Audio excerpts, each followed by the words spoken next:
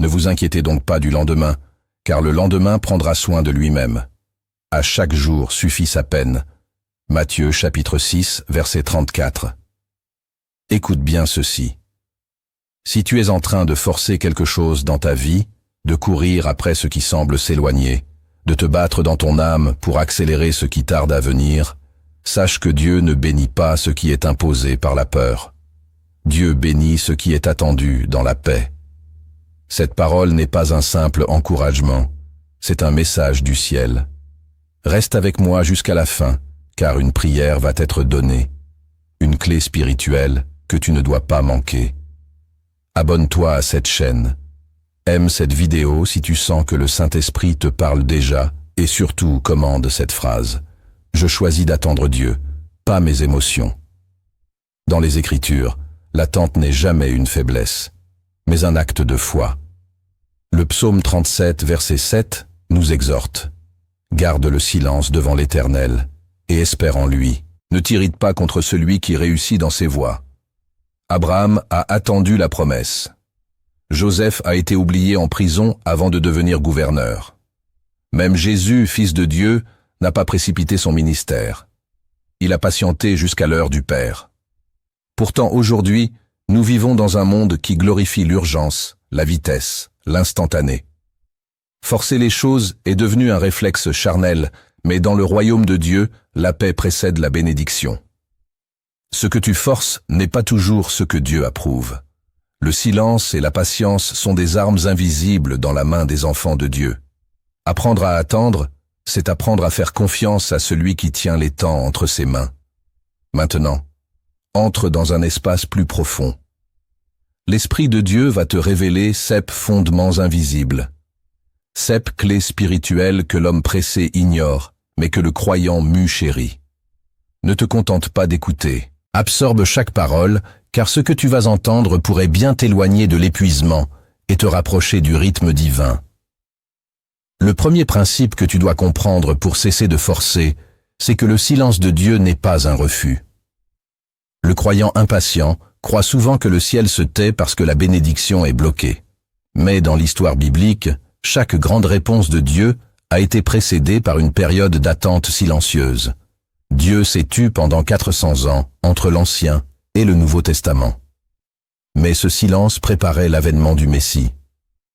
Quand tu ne reçois pas de réponse immédiate, ce n'est pas parce que Dieu a dit non, c'est parce qu'il est en train de travailler dans l'invisible.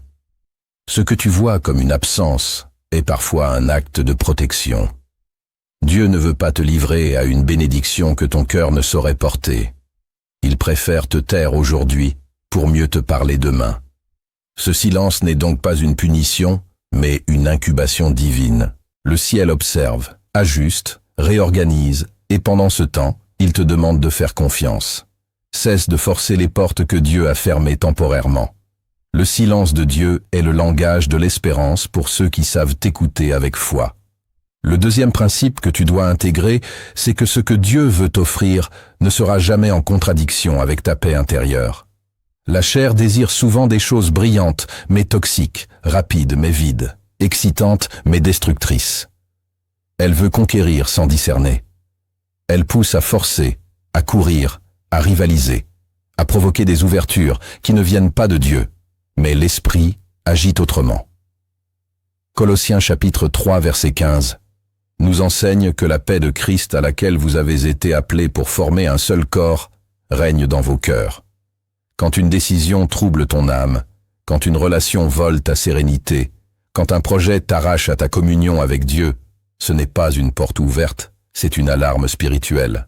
Ce que Dieu veut pour toi vient avec confirmation, pas avec agitation. La paix n'est pas une émotion, c'est une direction. Si tu dois te battre intérieurement pour maintenir quelque chose, interroge-toi. Vient-elle vraiment du Père? Car ce qui vient de lui ne demande pas de compromis avec ta paix. Cesse donc de forcer ce qui t'épuise. Ce n'est pas ta bénédiction qui fatigue ton âme, c'est ton attachement à ce qui n'est pas pour toi. Le troisième principe que tu dois retenir, c'est que Dieu t'éprouve dans l'attente pour voir si tu l'aimes plus que sa promesse. L'histoire d'Abraham en est le miroir parfait. Dieu lui promet une descendance mais l'oblige à attendre. Et lorsqu'enfin Isaac arrive, Dieu demande à Abraham de le lui rendre sur l'autel. Pourquoi? Parce que parfois ce que Dieu t'a promis devient une idole dans ton cœur. Et le seul moyen de vérifier que ton amour est pur, c'est de t'inviter à lâcher ce que tu croyais être à toi. Lorsque tu forces les choses, tu montres que tu veux plus le résultat que la volonté divine. Mais Dieu cherche ceux qui peuvent attendre sans corrompre leur foi. L'attente révèle la profondeur de ton attachement. Si tu ne sais pas attendre sans murmurer, c'est que tu ne fais pas encore confiance. Job dit, « Quand même il me tuerait, je continuerai à espérer en lui. » Job chapitre 13 verset 15. Voilà la foi qui plaît à Dieu. Cesse de vouloir saisir la promesse à tout prix. Apprends à aimer le donateur plus que le don. Celui qui peut tout abandonner est souvent celui à qui Dieu donne tout, car son cœur est libre. L'attente alors devient un autel. Le quatrième principe que tu dois embrasser, c'est que l'ennemi exploite ton impatience pour t'éloigner du plan divin. Dans Matthieu chapitre 4, Satan tente Jésus dans le désert, non pas avec des choses mauvaises, mais avec des raccourcis. Il lui dit, « Si tu es le Fils de Dieu, ordonne que ces pierres deviennent du pain. » Il voulait pousser Jésus à agir par la chair, à forcer un miracle au lieu de suivre la voie du Père. C'est la même stratégie qu'il emploie avec toi. Il t'agite avec l'urgence, il t'oppresse avec le temps. Il te convainc pas maintenant, tu perds quelque chose. Il transforme ton attente en angoisse. Et lorsque tu commences à croire que Dieu est lent, tu ouvres la porte à des compromis, à des alliances dangereuses, à des décisions précipitées. Mais ce que l'ennemi te propose en un jour, Dieu peut te le donner en une seule parole au moment parfait. Jésus n'a pas cédé, il a attendu, et à la fin, les anges sont venus le servir. Celui qui attend avec fidélité sera toujours rétabli, toujours honoré. L'ennemi fuit devant ceux qui savent patienter dans l'obéissance. Le cinquième principe que tu dois graver dans ton esprit, c'est que la saison divine ne dépend ni de ton âge, ni de ton statut, ni de ton entourage. Moïse avait 40 ans lorsqu'il a fui l'Égypte. Puis il a vécu 40 autres années dans le désert. À 80 ans, Dieu l'appelle. Sarah était stérile toute sa vie, mais Dieu a visité son sein quand son rire avait disparu. David a été oint roi, mais il a attendu des années avant de monter sur le trône. Dans le royaume, l'instant juste n'est jamais humain. Il est céleste. Dieu ne regarde pas ta montre. Il regarde ton cœur. Il ne choisit pas selon les critères des hommes. Il choisit selon le feu intérieur, la maturité cachée, l'humilité silencieuse. Tu n'as pas besoin de forcer pour attirer son regard. Il te voit déjà. C'est pourquoi tu dois cesser de comparer ton rythme à celui des autres. Cesse de penser que tu es en retard. Ce que Dieu a prévu viendra à son heure, et quand ce moment arrivera, aucune force, aucun homme, aucune injustice ne pourra l'empêcher. Ce n'est pas le temps qui t'échappe, c'est ton cœur qui doit encore s'aligner. Commande cette phrase si tu sens qu'elle te parle. Je choisis de ne plus forcer ce que Dieu me réserve. Le sixième principe que tu dois accueillir avec foi, c'est que l'attente transforme ton caractère plus que ta situation. Dieu n'est jamais pressé car sa priorité n'est pas de te donner ce que tu veux, mais de faire de toi ce que tu dois devenir. Dans Romains chapitre 5 versets 3 à 4, il est écrit « La tribulation produit la persévérance. La persévérance, la victoire dans l'épreuve, et cette victoire l'espérance. » Autrement dit, tant que ton âme est agitée, ton cœur n'est pas prêt. Forcer une bénédiction quand ton caractère est encore immature, c'est courir vers l'échec. Si Dieu te donnait aujourd'hui ce que tu demandes sans que ton âme soit affermie, tu en ferais une idole. Tu y perdrais ta paix, et tu risquerais même de t'éloigner de lui. Alors, il retient non pour te frustrer, mais pour te forger. Il te fait attendre afin que tu apprennes à écouter au lieu de réagir, à bénir au lieu de murmurer, à le chercher au lieu de chercher des solutions humaines. L'attente devient alors un lieu de transformation, une école d'endurance, un creuset dans lequel ton identité spirituelle prend forme. Et quand l'œuvre intérieure est accomplie, la bénédiction devient un prolongement naturel de ton obéissance et non une compensation à ton impatience. Ce que tu veux aujourd'hui, Dieu peut te le donner en un instant. Mais ce que tu es en train de devenir pendant l'attente, voilà ce qui l'intéresse le plus. C'est pourquoi il te dit aujourd'hui, cesse de forcer l'extérieur et laisse-moi façonner l'intérieur. Le septième principe que tu dois retenir avec assurance, c'est que ce qui vient de Dieu viendra à toi sans confusion, sans manipulation, sans compromis.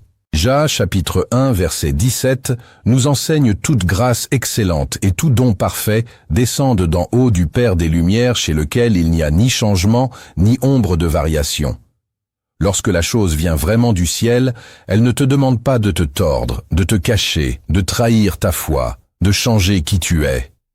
Elle s'aligne naturellement avec ta paix, ton appel et ton rythme spirituel. Ce qui est pour toi te reconnaîtra. Tu n'auras pas besoin de supplier, de courir après, de mendier l'attention ou de manipuler les circonstances. Trop de croyants se perdent dans des efforts charnels pour obtenir des choses spirituelles. Mais Dieu ne répond pas à la pression, il répond à la foi. Si ce que tu veux exige que tu trahisses tes valeurs, ce n'est pas une bénédiction, c'est une épreuve. Et si tu dois te battre pour que cela reste, alors cela ne vient pas du ciel. Dieu n'envoie pas ce qui t'arrache à lui. Il envoie ce qui te rapproche de sa présence. C'est pourquoi tu dois apprendre à discerner. Ce qui vient de Dieu confirme ta paix, restaure ton espérance et t'ancre ondément dans la foi. Ce n'est pas quelque chose que tu poursuis, c'est quelque chose que tu reçois dans l'alignement. Quand tu es à ta place, dans l'obéissance, dans la paix, ce qui t'est destiné finira par te localiser. Tu n'as pas besoin de forcer ce que la main de Dieu a déjà ordonné. Tu dois juste rester fidèle dans l'attente. Tu as écouté les principes de sagesse. Maintenant, approche-toi encore plus près du cœur de Dieu. Il y a des vérités que l'on ne voit qu'en silence, quand l'âme cesse de courir. Ces révélations bibliques, souvent négligées, détiennent le pouvoir de changer ta manière d'attendre. Ce que Dieu te cache parfois, c'est ce qui va te construire le plus. La première vérité cachée que tu dois comprendre, c'est que Dieu place la promesse dans le futur pour purifier tes intentions dans le présent. Si Dieu mettait tout entre tes mains immédiatement, tu ne saurais jamais pourquoi tu fais ce que tu fais. Est-ce pour lui ou pour toi-même? L'attente est comme un feu invisible qui révèle la vérité sur ton cœur. Dans Jérémie chapitre 17 verset 10, il est écrit « Moi, l'Éternel, j'explore le cœur, je sonde les reins, pour rendre à chacun selon ses voies. Dieu ne donne pas selon la prière que tu formules avec ta bouche, mais selon la posture de ton cœur. Lorsque tu attends, tu es obligé de regarder en toi. Tu vois tes envies, tes peurs, tes attachements. L'attente devient un miroir spirituel, et dans ce miroir, Dieu purifie ce qui est mélangé. Il t'apprend à dire « Seigneur, même si tu ne me donnes rien de plus, je t'aimerai encore. » C'est là que la transformation commence. Car quand ton intention est purifiée, ton cœur devient un réceptacle saint, capable de recevoir la promesse sans la pervertir. L'attente alors n'est plus une frustration, elle devient un processus sacré. Et quand Dieu voit que ton cœur est prêt, que ton amour n'est plus intéressé, il agit soudainement. Tout ce que tu croyais loin devient proche, car tu n'es plus esclave de ton désir. Tu es devenu libre d'aimer Dieu pour qui il est, et non pour ce qu'il donne. C'est cette liberté qui attire la faveur. Car Dieu se révèle à ceux qui ne forcent rien, mais qui laissent tout entre ses mains. La deuxième vérité cachée que tu dois embrasser, c'est que Dieu ralentit les choses autour de toi pour accélérer ce qu'il fait en toi. Tout dans ta vie peut sembler figé. Les opportunités stagnent, les relations piétinent, les projets échouent, et tu cries vers le ciel. Pourquoi, Seigneur? Mais ce que tu ne vois pas, c'est que lorsque l'extérieur ralentit, c'est souvent parce que Dieu veut que tu t'arrêtes aussi à l'intérieur. L'agitation t'empêche d'entendre.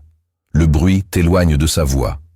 Alors Dieu bloque l'extérieur pour que tu rentres dans l'essentiel. Dans Isaïe chapitre 30 verset 15, Dieu dit « C'est dans le calme et la confiance que sera votre force. » Voilà pourquoi il t'amène dans des saisons de lenteur. Ce ne sont pas des punitions, ce sont des retraites divines. Tu crois que tu perds du temps, mais tu es en train de retrouver ton âme. Dieu enlève les distractions pour que tu te recentres sur l'essentiel, ta relation avec lui, ta foi, ton identité céleste. Il veut t'apprendre que la vraie avancée ne dépend pas du mouvement autour de toi, mais de l'alignement en toi. Et plus tu te soumets à ce ralentissement sacré, plus tu ressens la paix. Tu n'es plus obligé de prouver, de courir, de convaincre. Tu deviens un canal. Et un jour, sans avertissement, Dieu débloque ce qui était arrêté. Il le fait quand il voit que tu n'en as plus besoin pour te sentir complet, parce que tu as compris que la vraie accélération, c'est quand ton cœur marche au rythme du ciel. Voilà pourquoi il te ralentit, non pour te frustrer, mais pour t'ajuster. Car Dieu préfère te préparer longtemps plutôt que de te livrer trop tôt au monde et te perdre. Ralentis avec lui, et tu verras sa gloire te précéder. La troisième vérité cachée que tu dois méditer, c'est que Dieu n'agit pas à l'heure des hommes, mais au moment de sa gloire. Dans Jean chapitre 11, Jésus apprend que Lazare est malade. Il pourrait courir, intervenir, guérir. Mais il reste 2 jours de plus là où il est. Pourquoi ? Parce qu'un miracle fait trop tôt glorifie l'homme. Un miracle fait au moment juste glorifie Dieu. Jésus dit à ses disciples, « Cette maladie n'est point à la mort, mais elle est pour la gloire de Dieu. Ce que tu crois perdu ou trop tardif est peut-être exactement dans le timing divin. Dieu n'est jamais en retard. Il est souverain. Il attend souvent que toutes tes forces soient épuisées pour te montrer qu'il n'a jamais eu besoin de ton effort, seulement de ta foi. Le retard apparent est une scène invisible où la gloire de Dieu se prépare. L'homme veut l'heure. Dieu veut l'éternité. Il n'a pas besoin de respecter ton calendrier. Il veut te révéler sa puissance quand tu n'as plus rien à prouver. Voilà pourquoi tu dois cesser de murmurer et commencer à louer. Ce qui semble retardé est peut-être en train de se charger d'une gloire plus grande. Et quand Dieu agit, personne ne pourra dire que c'est ton intelligence, ta stratégie ou ta rapidité qui ont produit le résultat. Tout le monde verra que c'est sa main, sa faveur, son timing. N'impose pas ton horloge au ciel. Laisse le ciel rééduquer ton attente, car l'heure de Dieu, même si elle te fait attendre, ne te décevra jamais. La 4e vérité cachée que tu dois recevoir, c'est que ton impatience révèle encore un attachement à la chair. Ce n'est pas toujours le diable qui te pousse à forcer.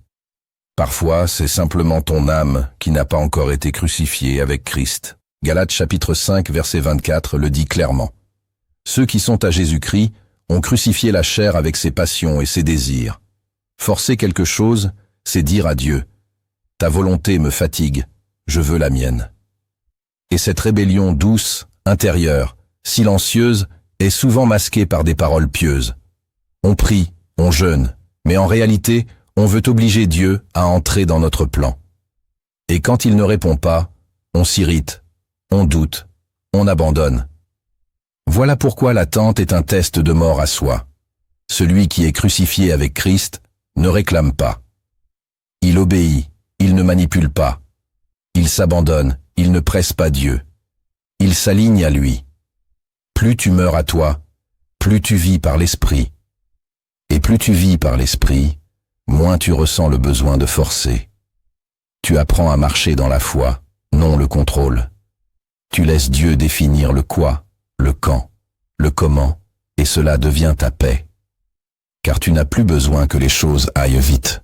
Tu veux juste qu'elles viennent de lui. Si tu sens que ton impatience t'épuise, ne regarde pas à l'extérieur. Examine ton cœur. Peut-être que c'est l'appel du Saint-Esprit à mourir à ton désir pour renaître dans la volonté parfaite de Dieu. Car l'attente devient douce. Quand la chair est crucifiée, la 5e vérité cachée que tu dois graver dans ton esprit, c'est que la bénédiction que tu attends est souvent liée à une obéissance que tu repousses. Dieu n'est pas seulement un Père, il est aussi un Seigneur. Et le Seigneur n'agit pas selon les caprices de ses serviteurs, mais selon l'obéissance de leurs pas. Dans Deutéronome chapitre 28, verset 1, il est dit « Si tu obéis à la voix de l'Éternel ton Dieu en observant et en mettant en pratique tous ses commandements, l'Éternel ton Dieu te donnera la supériorité sur toutes les nations de la terre. » Il y a donc des bénédictions qui ne sont pas retardées, mais suspendues à une instruction que tu ignores. Tu pries, tu attends, tu espères. Mais Dieu t'a peut-être déjà parlé. Pardonne cette personne. Quitte cette relation toxique. Arrête ce compromis. Reviens à ton appel. Et tant que tu n'obéis pas, rien ne se débloque. Dieu n'est pas sourd. Il attend simplement ton alignement. Voilà pourquoi l'attente prolongée doit devenir une invitation à la prière.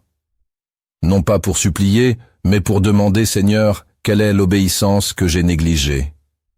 Et souvent, quand tu entres dans cette humilité, l'Esprit te parle. Il te montre l'ajustement simple qui libérera la grâce. Car l'obéissance est la clé. Si tu veux voir ce que Dieu a promis, commence par faire ce qu'il a demandé.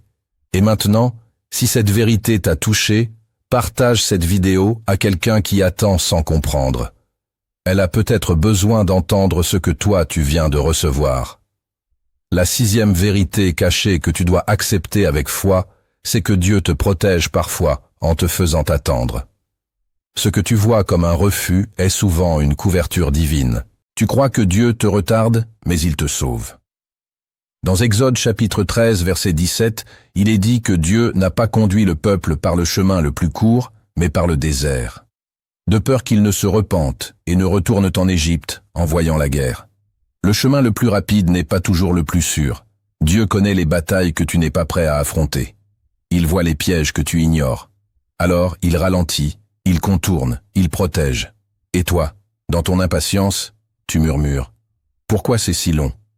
Mais dans l'invisible, il est en train de t'éviter une chute. Tu voulais ce travail, mais l'environnement t'aurait corrompu. Tu voulais cette personne, mais elle aurait brisé ton appel. Tu voulais ce voyage, mais l'accident t'attendait. L'attente parfois, c'est une intercession silencieuse du ciel pour ta survie. Dieu te préserve de ce que tu ne vois pas encore. Alors au lieu de t'impatienter, loue. Dis merci pour les portes fermées. Bénis les ralentissements. Ils sont les gardiens de ton avenir. Ce que tu crois être une défaite est peut-être ta délivrance. Dieu agit même quand il ne t'explique rien. La suprême vérité cachée que tu dois embrasser profondément, c'est que Dieu permet parfois l'échec de ce que tu forces pour te rediriger vers ce qu'il a choisi. Quand tu poursuis quelque chose que Dieu n'a pas approuvé, il ne t'abandonne pas, mais il permet que cela s'effondre. Et ce n'est pas pour te punir, c'est pour te réveiller. Jonas voulait fuir la mission divine en partant pour Tarsis. Il a payé son billet. Il est monté sur le bateau. Il a même dormi tranquillement. Mais Dieu a envoyé une tempête. Pourquoi? Parce qu'il l'aimait trop pour le laisser réussir dans la désobéissance. L'échec de ton plan personnel est parfois l'expression de la miséricorde divine. Car si Dieu te laissait réussir ce que tu forces, tu t'éloignerais de ton appel sans même t'en rendre compte. Et au lieu d'aller vers Ninive, tu finirais dans une vie que Dieu n'a jamais écrite pour toi. Alors, il agit, il renverse, il ferme, il expose, il fait couler ce qui t'aurait coulé plus tard. Ce que tu vois comme une humiliation est souvent une réorientation. Dieu veut te replacer là où sa grâce t'attend. Ne pleure pas sur ce qui a échoué. Demande plutôt à Dieu ce que tu dois comprendre. Car parfois, la plus grande preuve d'amour que Dieu t'offre, c'est un échec. Non pas pour te briser, mais pour te rediriger vers ta véritable mission. La 8e vérité cachée que tu dois méditer, c'est que Dieu observe ta fidélité dans les petites choses avant de t'introduire dans les grandes. Tu demandes à Dieu des bénédictions majeures, des percées puissantes, des miracles visibles, mais il regarde comment tu traites ce qu'il t'a déjà confié. Dans Luc chapitre 16 verset 10, Jésus déclare « Celui qui est fidèle dans les moindres choses, le aussi dans les grandes ». L'attente parfois est un test de gestion. Comment gères-tu ta vie actuelle? Es-tu fidèle dans la prière, dans le service, dans ton attitude? Ou bien passes-tu ton temps à murmurer sur ce qui manque?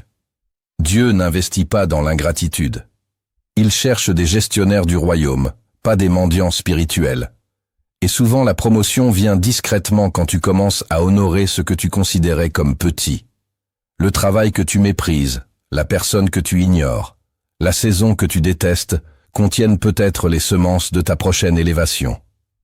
Dieu regarde ton cœur plus que tes résultats, et s'il voit que tu es fidèle, il ajoutera au moment parfait ce que tu ne pouvais pas obtenir par tes propres forces. La grandeur commence toujours par l'humilité dans les petites choses. C'est là que Dieu te forme, et c'est là qu'il décide si tu es prêt. L'année vérité cachée que tu dois comprendre avec sérieux, c'est que ta capacité à attendre détermine ton autorité spirituelle. Dans l'Écriture, les hommes puissants dans l'esprit sont aussi ceux qui savaient attendre. Moïse a passé 40 ans dans le désert avant de devenir le libérateur. David a été oint roi, mais il a servi Saül avec loyauté pendant des années. Jésus lui-même a attendu 30 années pour 3 ans de ministère. Pourquoi ? Parce que dans le royaume, la précipitation produit des leaders blessés, instables, dangereux. L'attente sanctifie, elle purifie les motivations, elle affermit la foi. Elle crée en toi une autorité silencieuse, une stature intérieure, un feu que personne ne peut voler. Celui qui attend avec Dieu devient redoutable. Il n'agit pas par besoin, mais par ordre. Il ne parle pas beaucoup, mais quand il parle, le ciel se lève. C'est cela que Dieu veut bâtir en toi. Il ne cherche pas des performeurs, il cherche des filles. Et les fils acceptent de ne pas tout comprendre tout de suite, parce qu'ils font confiance au Père. Ta véritable autorité spirituelle ne vient pas de tes dons ou de ton intelligence.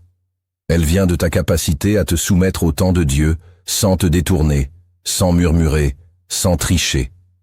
Voilà pourquoi l'attente est un champ d'entraînement céleste. Et si tu t'y laisses forger, quand Dieu ouvrira la porte, personne ne pourra la refermer. La 10e vérité cachée que tu dois graver dans ton âme, c'est que Dieu ne veut pas juste t'apporter une réponse. Il veut faire de toi une réponse. Tant que tu pries uniquement pour que Dieu fasse quelque chose pour toi, tu es encore centré sur ton besoin. Mais Dieu a un plan plus grand. Te transformer pour que ta vie devienne un témoignage. C'est pourquoi il ne te donne pas toujours ce que tu demandes rapidement. Il veut que tu comprennes, que tu expérimentes, que tu vives sa fidélité de l'intérieur. Il veut que tu deviennes une source, un repère, une lumière pour ceux qui viendront après toi. Dans Deutéronome chapitre 8 verset 2, Dieu dit au peuple, « Souviens-toi de tout le chemin que l'Éternel, ton Dieu, t'a fait faire pendant ces 40 années dans le désert pour t'éprouver et savoir ce qu'il y avait dans ton cœur. Ce n'était pas seulement pour les nourrir, mais pour les transformer. Toi aussi, tu es en train d'être façonné. Chaque attente, chaque prière sans réponse, chaque frustration peut devenir un fondement de sagesse et de maturité. Dieu ne veut pas simplement faire un miracle dans ta vie. Il veut faire de ta vie un miracle, une réponse vivante, une preuve que l'attente produit plus qu'un résultat. Elle produit un homme ou une femme de Dieu et cela personne ne pourra jamais te l'enlever. Ce que tu as entendu ne doit pas rester une simple connaissance. La parole transforme seulement ceux qui la mettent en pratique. Voici maintenant 7 actes spirituels concrets. Cette décision que tu peux prendre dès aujourd'hui pour cesser de forcer, retrouver ta paix et marcher dans le rythme de Dieu. Car c'est dans l'action que l'attente devient foi. Le premier acte que tu dois poser pour sortir de l'impatience, c'est diriger un autel de louange au lieu d'un autel de plainte. La chair murmure dans le désert, mais l'esprit loue dans la sécheresse. Trop souvent dans l'attente, tu remplis ta bouche de soupirs et ton cœur de plaintes. Mais Dieu n'habite pas les murmures, il habite la louange. Psaume 22, verset 4. Tu es saint. Tu sièges au milieu des louanges d'Israël. Si tu veux que Dieu règne au milieu de ton désert, commence à l'adorer. Non pas pour ce qu'il fait, mais pour ce qu'il est. Loue sa fidélité quand rien ne bouge. Célèbre sa bonté quand tout semble vide. Car la louange change l'atmosphère. Elle rappelle à ton âme que Dieu est plus grand que tes délais. Elle brise le joug de la frustration. Elle recentre ton esprit. Quand tu apprends à louer au milieu de l'attente, tu invites à la présence de Dieu dans ce lieu précis. Et là où il est, il y a la paix. Louer, ce n'est pas nier la douleur. C'est déclarer que Dieu reste digne, même au milieu du doute. Ce premier acte est fondamental. C'est le début d'un repositionnement spirituel. Tu quittes la posture du mendiant pour entrer dans celle du Fils, et le Fils ne pas, il adore même dans l'attente. Le deuxième acte que tu dois poser pour retrouver la paix, c'est de t'engager à une discipline spirituelle constante. L'attente n'est pas une saison vide, c'est une opportunité de te fortifier. Mais si tu la traverses sans discipline, tu resteras vulnérable à l'ennui, au doute et aux distractions. Dans Josué chapitre 1 verset 8, Dieu dit que ce livre de la loi ne s'éloigne point de ta bouche, médite-le jour et nuit. L'âme disciplinée devient inébranlable. Il ne suffit pas de prier une fois quand tu es frustré. Il faut développer une habitude de prière, de méditation, de silence. Car c'est dans la répétition que la foi se fortifie. Si tu attends Dieu, agis comme quelqu'un qui lui fait confiance chaque jour. Réserve des temps fixes. Sois fidèle même quand tu ne ressens rien. La chair veut l'émotion. L'esprit cherche la constance. Et plus tu t'attaches à une discipline simple et profonde, plus l'attente devient douce. Tu n'attends plus dans l'agitation. Tu attends dans l'adoration structurée, et ce rythme te transforme. Tu ne regardes plus la montre, tu regardes Dieu. Discipline et paix marchent ensemble. Ce n'est pas un carcan, c'est un cadre. Et Dieu bénit ceux qui marchent dans la constance car leur cœur est prêt à accueillir ce qui vient d'en haut. Le troisième acte que tu dois poser pour te libérer de l'impatience, c'est de renoncer à toute comparaison. La comparaison est une source invisible de douleur. Elle transforme ton attente en frustration. Elle te pousse à croire que tu es en retard, que Dieu t'a oublié, que les autres sont plus bénis que toi. Mais l'Écriture est claire. Galates chapitre 6, verset 4. Que chacun examine ses propres œuvres, et alors il aura sujet de se glorifier pour lui seul, et non par rapport à autrui.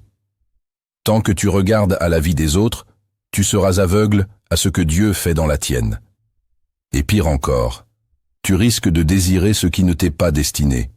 Ce que Dieu fait pour les autres est pour les autres. Et ce qu'il prépare pour toi est unique, sanctifié, prévu selon ta mission. La comparaison t'éloigne de la gratitude. Elle t'aveugle sur les progrès invisibles que Dieu accomplit déjà en toi. C'est un poison silencieux. Alors aujourd'hui, fais ce choix radical. Ferme les portes aux réseaux sociaux si nécessaire. Détache-toi des discours de jalousie et célèbre sincèrement les autres sans perdre la paix. Ce renoncement est un acte d'autorité. Tu reprends le contrôle de ton cœur. Tu choisis de marcher seul avec Dieu dans la paix, sans calculer les saisons des autres. Ce qui est à toi viendra au bon moment, et tu ne le rateras pas. Le quatrième acte que tu dois poser pour rester aligné avec le ciel, c'est de déclarer chaque jour la volonté de Dieu sur ta vie. Les pensées sont des battlegrounds. L'attente ouvre souvent la porte aux doutes, aux mensonges, aux projections négatives. Tu commences à croire que rien ne va changer, que c'est trop tard, que Dieu a oublié ton nom. Mais Dieu t'a donné une arme, la parole déclarée. Proverbe chapitre 18, verset 21. La mort et la vie sont au pouvoir de la langue. Cesse de répéter ce que l'ennemi te souffle. Commence à proclamer ce que Dieu a promis. Même si tu ne le vois pas encore, même si tu n'en ressens rien, dis ma vie est entre les mains de Dieu. Mon temps est parfait en lui. Ce qui est à moi viendra à moi. Ces paroles ne sont pas magiques, elles sont prophétiques. Elles rééduquent ton âme. Elles repoussent les pensées toxiques. Elles plantent la foi dans ton atmosphère. Chaque jour, ouvre ta bouche pour t'aligner au ciel. Même quelques phrases suffisent. L'important, c'est la cohérence. Tu affirmes la vérité jusqu'à ce qu'elle devienne ta réalité. Ce quatrième acte est un bouclier. Il protège ton espérance, ta paix, ton feu intérieur. Déclare ce que Dieu a dit, pas ce que tu ressens. Et tu verras sa parole produire du fruit en son temps. Le cinquième acte que tu dois poser pour marcher dans la paix, c'est de remettre concrètement le contrôle à Dieu. Ce mot contrôle est subtil. Il se cache dans tes prières, dans tes plans, dans tes stratégies. Tu dis, Seigneur, que ta volonté soit faite, mais tu veux aussi choisir le jour, la manière, les personnes. Or Dieu ne partage pas sa gloire. Proverbe chapitre 3, versets 5 à 6. Confie-toi en l'Éternel de tout ton cœur, et ne t'appuie pas sur ta sagesse. Reconnais-le dans toutes tes voies, et il aplanira tes sentiers. Remettre le contrôle à Dieu, c'est accepter de ne pas tout comprendre. C'est dire, Seigneur, même si ce n'est pas comme je l'imaginais, j'accepte ton chemin. Et pour cela, il faut une foi réelle, pas une foi théorique, mais une fois qu'il lâche. Ce lâcher-prise est douloureux, car il brise ton orgueil spirituel. Mais c'est aussi le début de la paix. Ce que tu remets à Dieu ne t'épuise plus. Il le porte, il le gère, il le libère au moment juste. Et toi, tu retrouves la liberté d'être simplement un fils, une fille entre ses bras. Si ce message résonne en toi, commande cette phrase. Je choisis de ne plus porter ce que Dieu veut porter pour moi. Le 6e acte que tu dois poser pour sortir de l'agitation intérieure, c'est d'honorer la saison dans laquelle Dieu t'a placé. L'attente n'est pas un accident, c'est une saison que Dieu a autorisée. Et toute saison porte un fruit spécifique que tu dois récolter. Mais si tu passes ton temps à mépriser cette étape, tu risques de perdre ce qu'elle était censée produire en toi. Ecclésiaste chapitre 3 verset 1. Il y a un temps pour tout, un temps pour toute chose sous les cieux. Si tu es dans un temps de silence, ne cherche pas à faire du bruit. Si tu es dans un temps de solitude, ne cherche pas à t'entourer artificiellement. Si tu es dans un désert, ne cherche pas une oasis illusoire. Honore la saison, accepte-la. Pose-toi la question. Seigneur, que veux-tu m'apprendre ici maintenant? C'est cette attitude qui transforme l'attente en élévation. Honorer la saison, c'est changer ton regard. Ce n'est plus une perte de temps, c'est une école de croissance. Ce que Dieu t'enseigne maintenant te servira demain.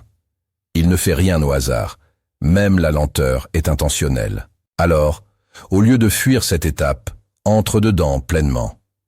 Prie plus fort, médite plus profond, sois fidèle dans le petit et surtout cesse de comparer ta saison à celle des autres. Dieu ne travaille pas à la chaîne, il travaille cœur par cœur, appel par appel.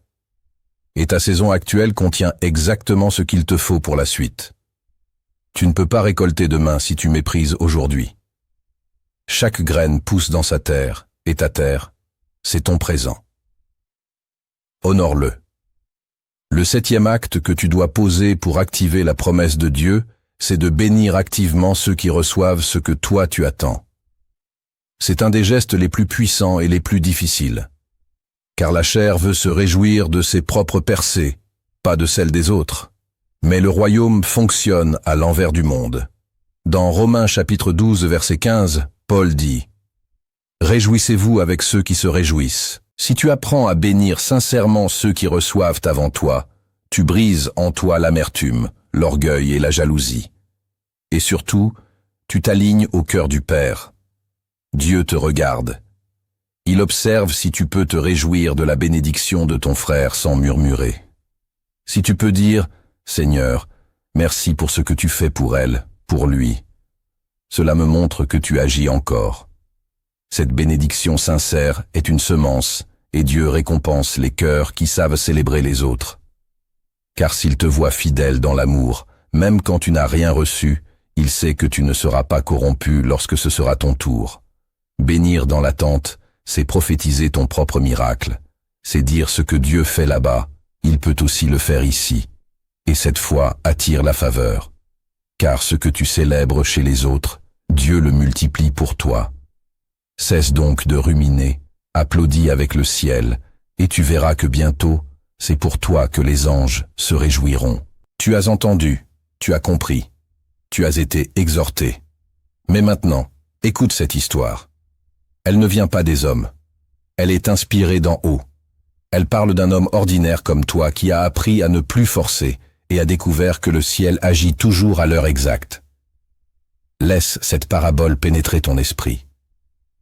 Il était une fois dans un royaume ancien, un jeune homme nommé Élia, humble cultivateur au cœur brûlant de promesses. Un vieil homme réputé pour entendre la voix de Dieu l'avait un jour pris à part et lui avait soufflé. « Ton champ portera un fruit que nul autre n'aura jamais vu, mais tu ne dois jamais le forcer. Arrose, veille, mais ne précipite pas. » Élia avait la tête remplie d'espérance. Il rentra chez lui, laboura la terre, planta des graines. Chaque jour, il priait, il chantait, il jeûit même. Mais les semaines passèrent, les mois suivirent, et rien ne germa. Autour de lui, les autres récoltaient du blé, des olives, des figues. Et Élia, lui, n'avait qu'un champ sec et silencieux. Un matin, d'amertume, Il décida de creuser plus profondément, pensant que les graines étaient trop enfouies. Le lendemain, il déplaça des pierres. Puis il ajouta de l'engrais, puis il se mit à prier plus fort, à parler au vent, à supplier Dieu. Mais le sol restait muet. Son cœur lui commençait à se diviser. Un jour désespéré, il courut voir le vieil homme.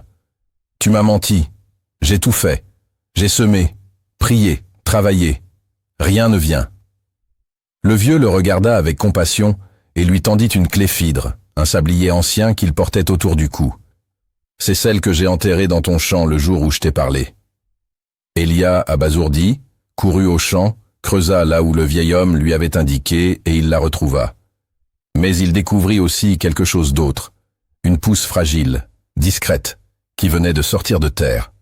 Les larmes lui montèrent aux yeux. « Elle n'a pas poussé plus tôt, » dit le vieillard, arrivé derrière lui, « car tu étais en train de semer avec impatience, et l'impatience empêche la terre de respirer. Tu remuais trop, tu brisais l'ordre invisible. Tu croyais faire avancer Dieu, mais c'est toi que tu fatiguais. Cette pousse, elle n'a pas écouté ton rythme.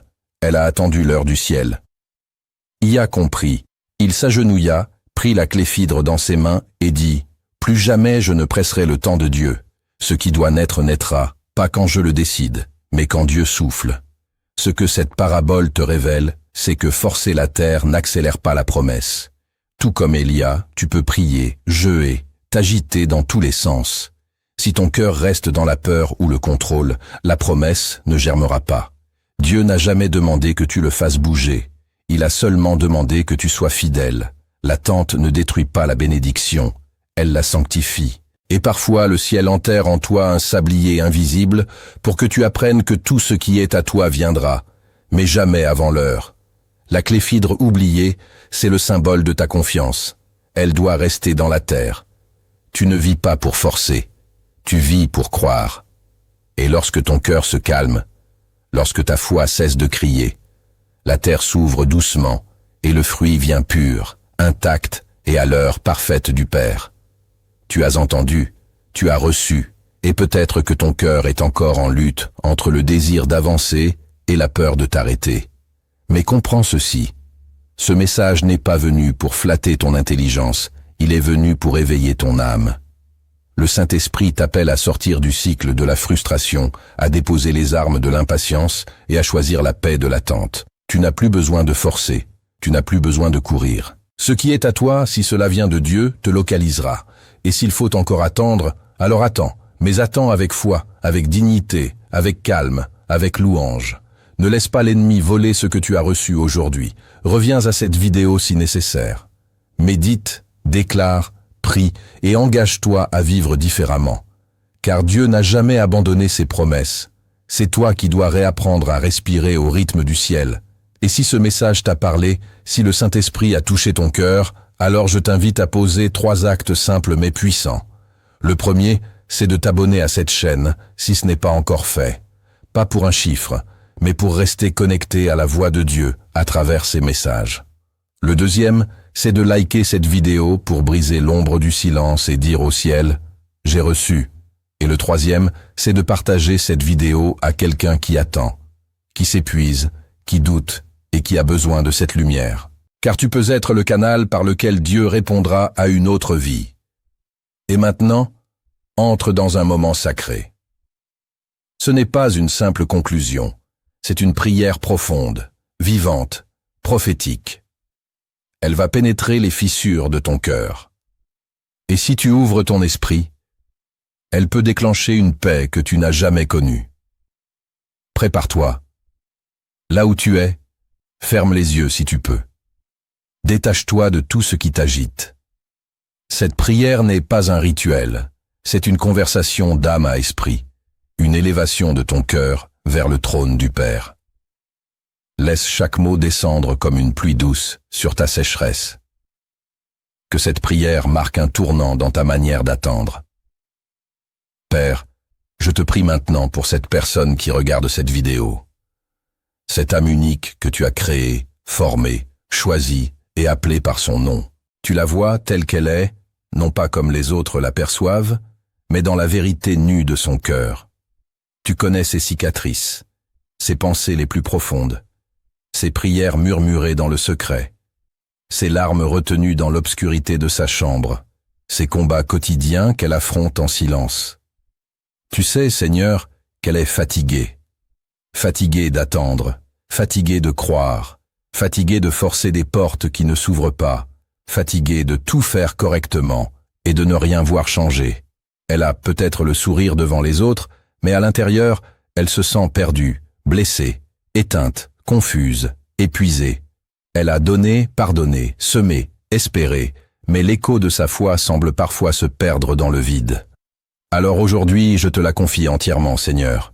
Je te demande d'entrer là où personne ne peut entrer, dans les zones de sa vie qu'elle ne montre à personne, dans les endroits de son âme qu'elle a appris à cacher, même à elle-même. Toi, tu n'as pas peur de nos ténèbres. Tu n'es pas rebuté par nos doutes. Tu ne t'éloignes pas à cause de nos faiblesses. Alors viens la visiter maintenant, Saint-Esprit. Viens faire ce que les mots humains ne peuvent pas faire. Viens faire fondre ces murailles intérieures. Viens briser les chaînes invisibles qui l'empêchent d'avancer. Viens apaiser les tempêtes qu'elle ne sait même plus nommer.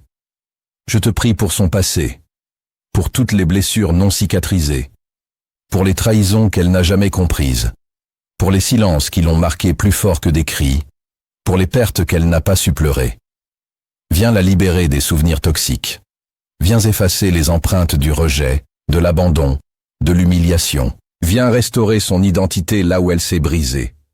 Je te prie pour les mots durs qui lui ont été lancés, pour les malédictions verbales, les moqueries, les promesses non tenues. Je te prie pour les personnes qui lui ont fait croire qu'elle n'avait pas de valeur. Viens, Seigneur, et remplace chaque mensonge par ta vérité, qu'elle entende à nouveau ta voix lui dire « Tu es ma fille, tu es mon fils. Je ne t'ai jamais oublié. Je te prie pour son présent. Tu sais ce qu'elle traverse aujourd'hui.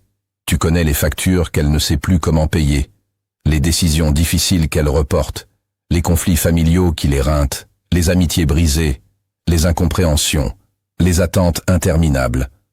Je te prie pour sa santé, pour ce corps qu'elle sent fatigué, usé, parfois douloureux. Je te prie pour son cœur qui bat dans l'incertitude. Donne-lui une direction claire, Seigneur. S'il faut qu'elle lâche quelque chose, donne-lui le courage. S'il faut qu'elle tienne encore, donne-lui la force. S'il faut qu'elle pardonne, donne-lui la grâce. S'il faut qu'elle ferme une porte, ouvre-lui la paix pour le faire. Et si c'est toi qui veux ouvrir une nouvelle saison, alors fais-le d'une manière si douce, si évidente, qu'elle n'aura plus peur de franchir le seuil. Je te prie pour ses émotions, Seigneur. Tu vois ses angoisses la nuit, ses insécurités profondes, cette peur de l'échec qui la paralyse, cette peur d'être abandonnée encore une fois, ou de tout perdre du jour au lendemain. Tu vois ses tentatives de garder le contrôle. Elle fait de son mieux pour paraître forte, mais à l'intérieur, elle se débat avec le vide. Viens poser ta main sur ses pensées. Fêter les voix du doute, les accusations de l'ennemi, les comparaisons destructrices. Délivre-la de la jalousie, de la honte, de l'autocondamnation. Apprends-lui à s'aimer comme toi tu l'aimes. Donne-lui des pensées nouvelles, ancrées dans ta parole, nourries de ta paix. Je te prie pour sa foi. Si elle s'est refroidie, rallume-la. Si elle est blessée par des attentes non exaucées, guéris-la. Si elle doute de toi, ne la rejette pas. Embrasse-la, révèle-toi à nouveau. Montre-lui que tu es toujours là, même quand elle ne te sent plus. Ravive son intimité avec toi. Qu'elle entende à nouveau ton murmure. Qu'elle reprenne goût à ta présence.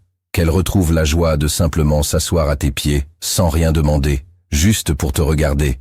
Et si elle s'est éloignée, ramène-la doucement, sans reproche, sans pression, juste avec ton amour qui guérit. Je te prie pour ces relations. Tu sais qui doit rester, qui doit partir, qui doit être restauré. Coupe les liens qui l'attirent vers le bas. Éloigne les influences toxiques. Envoie-lui des personnes qui l'édifient, qui la respectent, qui la comprennent. Bénis ses enfants si elle en a. Bénis son foyer. Bénis ses projets. Protège-la des manipulations, des trahisons, des alliances qui ne viennent pas de toi. Et surtout, prépare son cœur pour la personne que tu as choisie pour sa vie. Si c'est dans tes plans, enlève les fausses attentes, les liens d'âme nocifs, les idoles relationnelles. Fais d'elle une femme ou un homme libre, guéri, prêt à aimer sans peur. Je te prie pour son avenir. Tu as des projets de paix et non de malheur. Donne-lui une vision nouvelle. Réveille ses rêves enfouis. S'il faut qu'elle change de direction, montre-la à lui clairement. Ouvre les portes que toi seul peux ouvrir. Ferme celles qui la protègent, même si elle ne les comprend pas encore.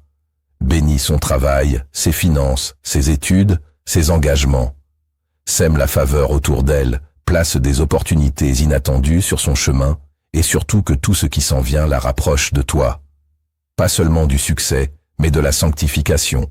Pas seulement des résultats, mais de la révélation. Que son avenir soit un lieu de rendez-vous avec ta gloire.